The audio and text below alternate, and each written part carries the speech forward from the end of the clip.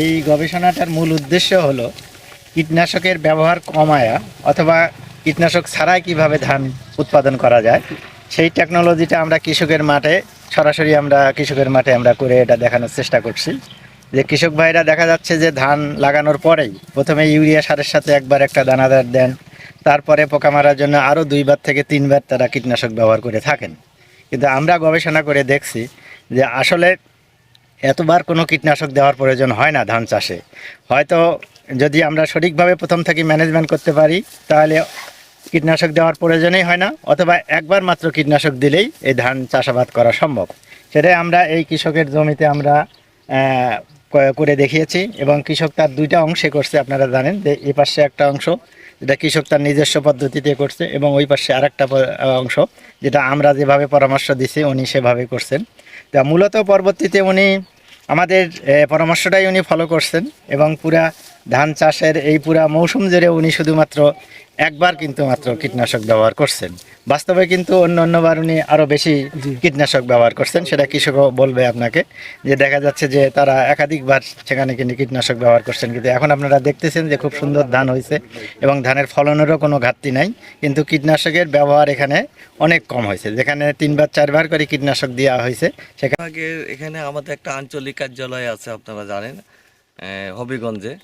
তারাই মেনলি এটা বাস্তবায়ন করে এবং আমাদের নতুন একটা অফিস হয়েছে সিলেট শহরে, সেখানেও একজন বিজ্ঞানী দায়িত্বপ্রাপ্ত আছে। তারা এখানে এই নতুন জাতগুলার বিষয়ে সম্প্রসারণের দায়িত্ব পালন করে। আর আমাদের আজকের উদ্দেশ্য কিন্তু দুটো। একটা হলো নতুন জাত তো আছে, যেটা কৃষক ভাই বলল 103 জাতটা হলো অনেক ভালো। আশেপাশের যে জাতগুলো আছে সেগুলোর থেকে ফলন এখানে বেশি, তারপর জীবনকাল কম। আর আমাদের প্রধান আরেকটা যে উদ্দেশ্য এখানে আমরা যেটা আমাদের বিজ্ঞানী ডক্টর নাজমুল বারী বলল যে কীটনাশকের ব্যবহার কম বা না করেও যে ধান উৎপাদন করা যায়, এটা এখানে কৃষক এই জিনিসটা এই প্রদর্শনীর মাধ্যমে সে নিজে বাস্তবায়িত করেছে, অন্যকে উদ্বুদ্ধ করতে পারে। আমরা অনেক সময় অতিরিক্ত কীটনাশক 3বার 4বার কৃষক ব্যবহার করে, যেটার কোনো প্রয়োজন নাই এবং এটাতে পরিবেশেরও ক্ষতি হয়, আর্থিক ক্ষতি হয়, তার শারীরিক ক্ষতিও হয় যে প্রয়োগ করে। তা আমাদের উদ্দেশ্য এখানে যে কীটনাশক ছাড়া ধান উৎপাদন যে করা সম্ভব এটা আমাদের দেখানো। সেদিক থেকে আজকের এই প্রোগ্রাম জেনেছেন যে আমাদের উদ্দেশ্যটা হচ্ছে কীটনাশকের মিসইউজ কমানো।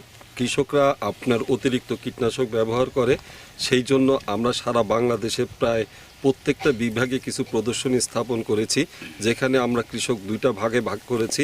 একটা ভাগে বলছি কৃষককে যেই পদ্ধতি ইউজ করে সেটা ব্যবহার করার জন্য, আরেকটা হচ্ছে আমরা যে পদ্ধতির মাধ্যমে ধান উৎপাদন করি সেটা কৃষকের মধ্যে স্থাপন করার জন্য। কৃষকের পদ্ধতি ব্যবহার করেছে, আমরা আমাদের পদ্ধতি ব্যবহার করে কতটা কীটনাশক না দিয়ে আমরা ধান উৎপাদন করতে পারি সেটা কৃষককে দেখিয়েছি। এর মাধ্যমে আমরা কৃষক যে অতিরিক্ত কীটনাশক ব্যবহার করে সেই কীটনাশকের যে মিসইউজ হয় সেটা আমরা কমাতে সক্ষম হচ্ছি এবং এর মাধ্যমে যে কীটনাশকের, আপনারা জানেন যে কীটনাশক শুধু উপকারী করে না, কীটনাশকের অনেক ক্ষতিকর প্রভাব আছে। সেই প্রভাব থেকে আমাদের দেশ বাঁচবে এবং কীটনাশকের খরচ থেকে ধানের উৎপাদন খরচ অনেক কমবে। জানেন যে বাংলাদেশ ধান গবেষণা ইনস্টিটিউট এ পর্যন্ত 115টারও বেশি জাত উদ্ভাবন করেছে। তো আমরা বাংলাদেশ ধান গবেষণা ইনস্টিটিউট থেকে একটা জাত উদ্ভাবন করার সাথে তার সার ব্যবস্থাপনা, পানি ব্যবস্থাপনা, কীটনাশক ব্যবস্থাপনা, বালাই ব্যবস্থাপনা এবং সর্বোপরি এটা উৎপাদনের জন্য যে কলাকৌশল সবগুলোই আমরা কিন্তু প্যাকেজ করে দিয়ে থাকি কৃষকদেরকে। কিন্তু কৃষকের কাছে যখন চাষাবাদ পদ্ধতির জন্য একটা জাত গিয়ে থাকে, কিন্তু তারা পরামর্শ ছাড়াই ওভারডোজ অর্থাৎ কীটনাশক এবং বালাইনাশক ওভারডোজ ইউজ করে থাকে।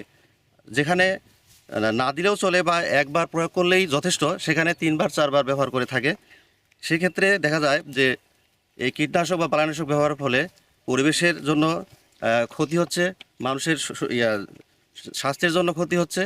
তো আমরা চাই যে ধান উৎপাদনের ক্ষেত্রে যে আমাদের যে প্যাকেজ যেটা আছে, ব্যবস্থাপনা কলাকৌশল যেগুলো আছে, এগুলো যদি কৃষক ব্যবহার করে থাকে, একদিকে উৎপাদন বাড়বে, অন্যদিকে পরিবেশের জন্য ক্ষতিকর যে কীটনাশক বালাইনাশক এটার ব্যবহার কমে যাবে।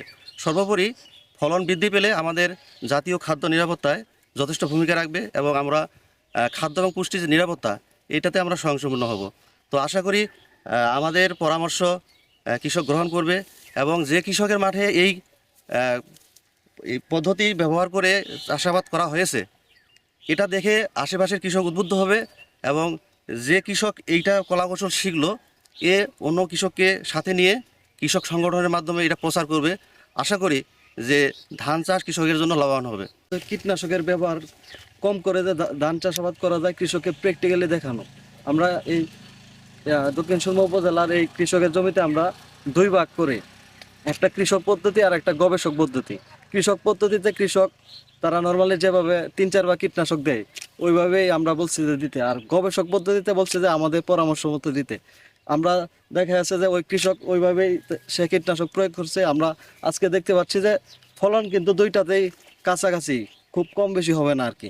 এটাই আজকে আমরা মাঠ দিবসের আয়োজন করছি। মাঠ দিবস করে কৃষকদের দেখাবো যে কীটনাশক কম ইউজ করেও ধান উৎপাদন করা যায়। আর আমাদের সামনের যে বড় সিজনে সিলেটের প্রায় আরও 4-5টা উপজেলাতে এই কার্যক্রম চলবে আর কি। আমরা কৃষককে দেখাবো যে কীটনাশক কম ইউজ করেও ধান চাষ করা যায়, এতে পরিবেশের ক্ষতি কমবে, কৃষক লাভবান হবে। নতুন জাত 95, 94, 103 এই 3টা জাত দেওয়া হয়েছে। এই 3টা জাতের মধ্যে 94-এর এবং 103-এর ফলনটা বেশি হয়েছে। 103-এর ফলনটাই দেখা যাচ্ছে যে বেশি, এটার দামটা চিকন, এটা বাজার মূল্য ভালো হবে। আর 103-এর যে এক্সপেরিমেন্টটা তাদের ছিল যে ওইটাতে কীটনাশক ছাড়া কীভাবে উৎপাদন করা যায়। আমি উৎপাদন যখন লাগাইছি, লাগানোর পরে আমার আশপাশের কৃষকরা 2-3 বার করে কীটনাশক স্প্রে করছে, দানাদার কীটনাশক দিয়েছে। আমি একবার মাজরা পোকায় ধরছিল, একবারই আমি করছি মাজরা পোকার জন্য কীটনাশক স্প্রে করছি, আর কোনো কীটনাশক স্প্রে করি নাই। আর তারা যেভাবে সার বা অন্যান্য যে ফর্মুলা তারা বলেছিলেন আমি সব কিছু ওইভাবেই করছি, লাইনে লাগাইছি, প্লাস ওই যে করছি পার্চিং করছি, এগুলো আছে। তার মধ্যে সর্বোচ্চ ফলন হয়েছে আমার এখানে। একটা কথা কৈছেন, একবার ফুল মারলেও লাভ, 3বার ফললে তো লাভ হয় না, পরিবেশের ক্ষতি হয়। আমরা তো চাই না পরিবেশের ক্ষতি হইতো, আমরাও লাভবান হইতাম, কৃষকরাও লাভবান, সবও লাভবান হইতো, পরিবেশও বাঁচত, আমরাও বাঁচতাম, ধান হইতো, সব তো চাই। এই উপকারী পোকামাকড়গুলো সংরক্ষণ করার জন্য তাহলে আমাদের কিছু পদ্ধতি আমরা অবলম্বন করতে হবে। কিরকম পদ্ধতি? যে আমরা ধানের চারা লাগানোর পরে, সামনে যে মৌসুম আসতেছে, অনেকে আপনারা চাষ করবেন না বড়, এই বড় ধান যখন চাষ করবেন তখন এই ধানের চারা লাগানোর পরে জমিতে যখন লাগাবেন, তারপরে 40 দিন পর্যন্ত আপনাদের এই ধানের ক্ষেতে কোনো ধরনের পোকা মারার বীজ দেওয়া যাবে না। যদি আপনারা এই 40 দিন পর্যন্ত ধান খেতে পোকা মারার বিষ দেওয়া থেকে বিরত থাকেন, তাহলে এই যে উপকারী পোকামাকড়গুলো জন্ম লাভ করবে সেগুলোই ক্ষতিকর পোকাগুলোকে দমন করে রাখবে। বোঝা গেল? তাহলে তখন আপনার কীটনাশক দেওয়ার কোনো প্রয়োজনই হবে না, অথবা একবার মাত্র কীটনাশক দিলেই হবে। যে আপনারা যে জমিতে চাষ করছেন, এবারে কয়বার করে বীজ দিয়েছেন পোকা মারার? আপনি একবার দিয়েছেন, তারপরে অন্যরা উনি 3বার দিয়েছেন, তাই না? তাহলে এরকম কিন্তু 2-3বার করে সবাই দেন, তাই না? কিন্তু আমরা গবেষণা করে দেখছি যে মাত্র একবার যদি আপনি এই মৌসুমে দেন, অথবা না দিলেও কিন্তু ধান উৎপাদন করা সম্ভব, এবং তাতে ফলনেরও কোনো ঘাটতি হয় না। যে জমিটা আপনারা দেখলেন, তাহলে ওই জমিটাতে শুধুমাত্র একবার বীজ দেওয়া হয়েছে। তাহলে একবার বীজ দিয়ে কি ধান ভালো আছে না? তাহলে আপনি 3বারও যদি বীজ দিতেন তাহলে গ্যাস চাইতে আর ভালো হয়তো না। তাহলে আপনারা আর 2বার বীজ দেওয়ার টাকা খরচটা বাড়তো, তারপরে আপনাদের শ্রমিক খরচ যাইতো, আর মাঝখান থেকে আপনারা যে বীজ দিচ্ছেন এই বিষের প্রভাবে পুরো পরিবেশ দূষিত হচ্ছে, আপনারা নিজেরা আক্রান্ত হয়ে যাচ্ছেন। আগে কি ক্যান্সারের রোগী কি আগে দেখা যাইতো এত? এখন ঘরে ঘরে ক্যান্সার না? কেন ক্যান্সার? আবার এই ক্যান্সার হাসপাতালের গবেষণা অনুযায়ী দেখা গেছে বাংলাদেশের ক্যান্সার হাসপাতালে প্রতিদিন 528 জন করে ক্যান্সার রোগী ভর্তি হয়। আর যারা ভর্তি হয় তাদের ডাটা নিয়ে আবার দেখা গেছে তারা বেশিরভাগই এই আপনাদের মতো কৃষক ভাইরা, যারা এই কৃষি কাজ করেন, যারা এই কীটনাশক নিয়ে কাজ করেন, যারা এই বিষ নিয়ে কাজ করেন, তারাই বেশি ক্যান্সারে আক্রান্ত হচ্ছেন। কারণ ওই যখন স্প্রে করতেছেন, স্প্রে যদি ঠিকভাবে নাক মুখ না ঢেকে করেন, তাহলে এই বিষটা যে আপনাদের ভিতরে ঢুকতেছে, এটাই ঢুকে ঢুকে জমতে একসময় আপনাদের ক্যান্সার রোগ সৃষ্টি করতেছে। আর ক্যান্সার মানে কি? জীবন শেষ। ক্যান্সার তো আর ভালো হয় না, তাই না? ভালো হয় যদি প্রথম দিকে কিছু ট্রিটমেন্ট হয়, হয়তো আল্লাহ পাক রহম করে ভালো হয়ে যায়, কিন্তু বেশিরভাগ ক্ষেত্রেই ক্যান্সার মানে জীবন শেষ। তাহলে